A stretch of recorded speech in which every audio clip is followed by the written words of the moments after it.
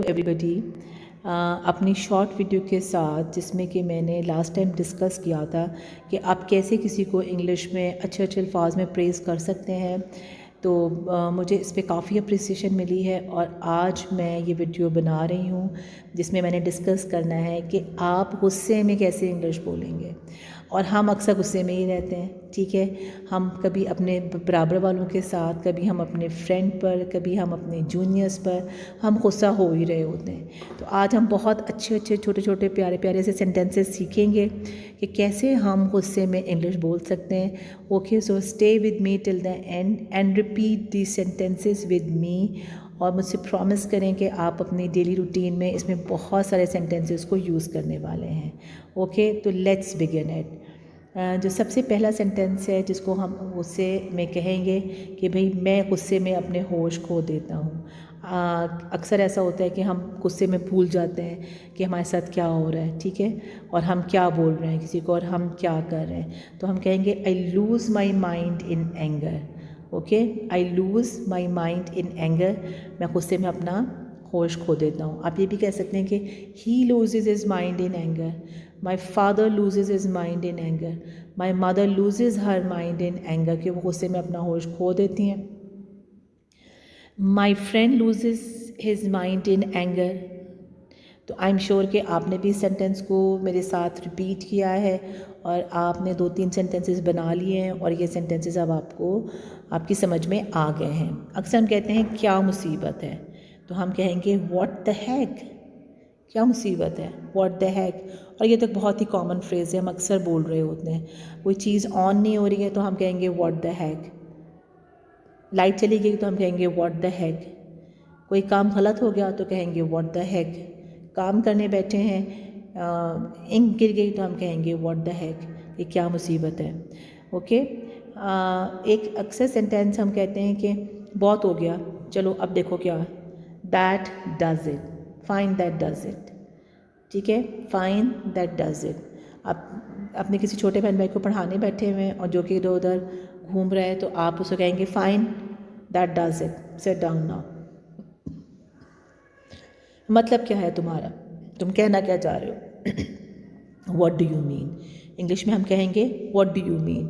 अगर किसी की बात आपको समझ में नहीं आ रही तो आप एक एक्सप्रेशन के साथ कहेंगे व्हाट डू यू मीन, तुम कहना क्या चाह रहे हो, ठीक है। चलें जी, आगे चलते हैं और आई एम श्योर कि ये आपके बहुत ज़्यादा काम आने वाला है। अक्सर हम कहते हैं कि भाई दिमाग की दही ना करो, मैं दिमाग ना घुमाऊँ, तो हम कहेंगे don't mess with my mind, मैं दिमाग ख़राब ना करो, don't mess with my mind. अक्सर कभी हमारे फ्रेंड्स हम पे इंसिस्ट कर रहे होते हैं तो हम उनको कह सकते हैं कि don't mess with my mind. हम किसी और के बारे में भी कह सकते हैं कि don't mess with his mind, कि इसको तंग ना करो। ओके, तुम मेरे साथ ऐसा कैसे कर सकते हो। अगर आपके दोस्त ने, किसी ने आपके साथ बुरा कर दिया, आपको कोई बात नहीं बताई, तो आप कह सकते हैं कि how could you do this to me, ठीक है। प्लीज़ इसको ज़रा जहन में रखिएगा, यहाँ पर कुड आना है, how could you do this to me, तुम मेरे साथ कैसे कर सकते हो। और अक्सर हम ये सेंटेंस जो है वो बोलते हैं how could you do this to me. So please repeat after me, how could you do this to me. आप मुझ पर क्यों गुस्सा कर रहे हो, why are you getting mad at me. बजाय कहने के गेटिंग एंग्री, बेटर वे है कि हम ये कहें कि getting mad at me, why are you getting mad at me. Okay, तो ये अक्सर कभी फ्रेंड्स में झगड़ा हो रहा होता है तो आप कहते हैं कि भी मुझ पे क्यों बरस रहे हो, मुझ पे क्यों भड़क रहे हो, तो हम कहेंगे why are you getting mad at me. अच्छा, अक्सर हम ये भी कह सकते हैं कि तुम्हारी हिम्मत कैसे हुई।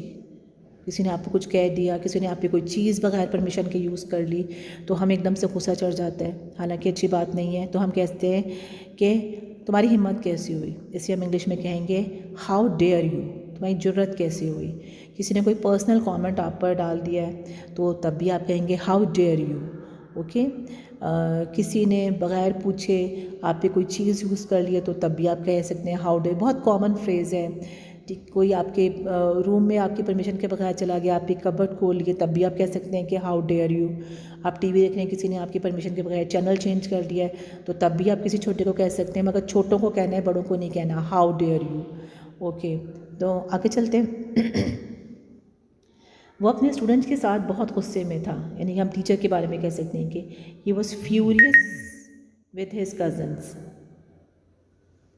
कि वो अपने पेरेंट्स, वो अपने he was furious with his students, वो अपने जो है स्टूडेंट के साथ गुस्से में था।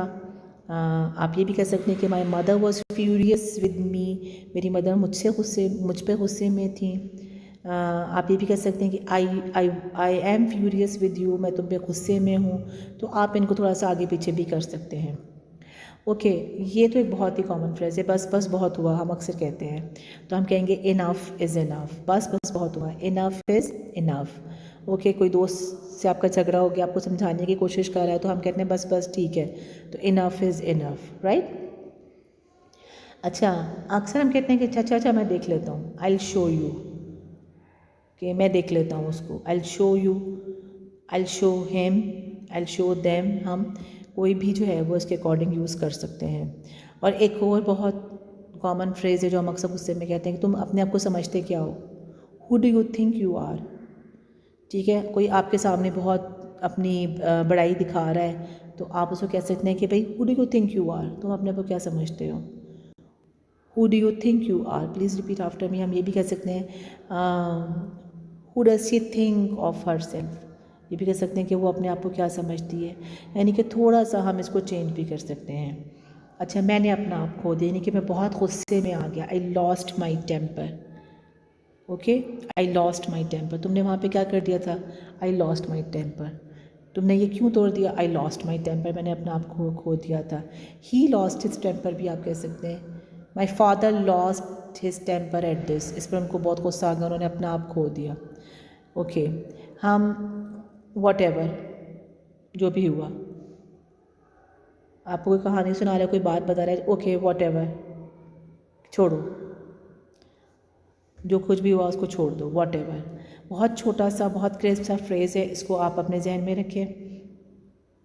अच्छा, जब हम कहते हैं कि ऐसा कुछ नहीं है, नथिंग ऑफ द काइंड, ऐसा कुछ भी नहीं है, कोई आपसे कह रहा है कि भाई मैंने सुना है कि तुम्हारा जो है वो बहुत बड़ा नुकसान हो गया है, नथिंग ऑफ द काइंड। मैंने सुना है कि तुम्हारा एक पेपर रह गया, oh no, nothing of the kind, nothing of the sort. Okay, कि बिल्कुल भी ऐसा कुछ नहीं हुआ। अगर कोई कहे कि मैंने सुना है कि तुम्हारे फादर को बिज़नेस में बहुत ग्रेट लॉस हो गया है, तो आप कहेंगे nothing of the kind, nothing of the sort, कि ऐसा कुछ भी नहीं है। तो मैंने कोशिश की कि ऐसे फ्रेजेस जो कि बहुत कॉमनली बोले जाते हैं उनको मैं आपसे डिस्कस करूं। अच्छा, ये भी हम अक्सर कहते हैं तुमसे मतलब नन ऑफ़ योर बिज़नेस। कोई आपसे पूछ रहा है किसी बात में, आपकी इंटरप्ट कहेंगे, आप कहेंगे okay none of your business, तुम्हारा काम नहीं है, तुम्हारा कोई मतलब नहीं है इसके अंदर। ठीक है। अच्छा, फिर अक्सर हम कहते हैं किसी चीज़ के बारे में कि तुम्हें मेरी लाश के ऊपर से गुजर के ये करना होगा, तो इसको हम इंग्लिश में कैसे कहेंगे, ओवर माई डेड बॉडी। ठीक है, कोई आपके अगेंस्ट कुछ काम करना चाह रहा है और आप उसको रोकना चाह रहे हैं, तो आप क्या कहेंगे, ओवर माई डेड बॉडी, तो तुम्हें मेरी लाश पर से गुजर के ये करना होगा, यानी कि मैं अपनी हद तक मुकम्मल तौर पर इसको स्टॉप करने की कोशिश करूँगा, over my dead body.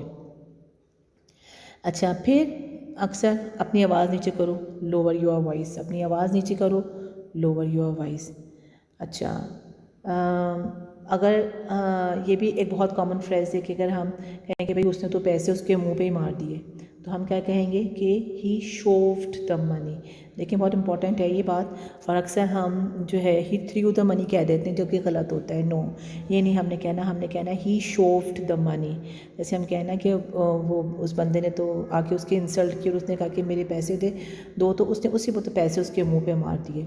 He शोव्ड the money, कि उसने उसके पैसे मुंह पे मार दिए। ओके, एक और बहुत कॉमन फ्रेज़ जो हम गुस्से में बोलते हैं कि सब तुम्हारी वजह से हुआ है, it's all because of you, कि सब तुम्हारी वजह से हुआ है। कोई भी काम हो जाएगा हम दूसरे पे ब्लेम डालेंगे, it's all because of you. हम ये भी कह सकते हैं it's all because of him, उसकी वजह से हुआ है सिर्फ। It's all because of me, ये सब मेरी वजह से हुआ है। ये तो खैर हम नहीं कहते कि मेरी वजह से हुआ है, हम किसी दूसरे पर ही ब्लेम डालते हैं। It's all because of this weather, ये सब इस वेदर की वजह से हुआ है। It's all because of this day, this bad day, ये आज इस बुरे दिन की वजह से सब कुछ हुआ है। तो थोड़ा सा हम अपने जो है वो अकॉर्डिंगली इसको चेंज भी कर सकते हैं। ओके, ये तो बहुत ही कॉमन फ्रेज़ आ गया जो हम अक्सर बोल रहे होते हैं, ज़ुबान संभाल के, वॉच योर माउथ। ठीक है, तो वैसे वरना हम कहते हैं होल्ड योर टंग या कुछ भी कहते हैं, बट स्मार्टर वे कहने का यही है कि वॉच योर माउथ, ज़ुबान संभाल के। कोई बहुत ज़्यादा ओवर हो रहा है, कोई आपसे बहुत ज़्यादा फ्रैंक होकर बात कर रहा है, आपको अच्छा नहीं लग रहा तो आप कहेंगे ओके वॉच योर माइंड। ठीक है, कोई आपसे बदतमीज़ी कर रहा है और आप उसको रोकना चाहते हैं तो आप क्या कहेंगे, वॉच योर माउथ। अच्छा, ये भी बहुत हमें कॉमन फ्रेज करना है, ओके जी कर लो जो करना है, do whatever you want to do, जो कुछ करना है कर लो। ठीक है, तो ये भी एक बहुत कॉमन हमारा है, whatever you want to do do it.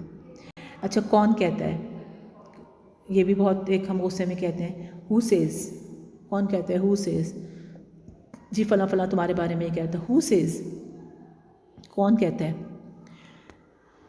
लिख लो मेरी बात, मार्क माई वर्ड्स, जैसे हम गुस्से में कह रहे होते हैं, आज लिख के रख लो मेरी बात, तुमने कुछ नहीं करना, मार्क माई वर्ड्स। ओके, तो आई एम श्योर कि आप इन्जॉय कर रहे हैं इस वीडियो को और आप जो है वो ज़रूर इनको अपनी डेली रूटीन में लेकर आएंगे। ओके, मैं तुम्हें छोड़ूंगा नहीं, आई वॉन्ट स्पेयर यू, अक्सर हम कहते हैं कि देख लूँगा तुम्हें, आई वॉन्ट स्पेयर यू। अपनी औकात में रहो, बी इन योर लिमिट्स, अपनी औकात में रहो, बी इन योर लिमिट्स।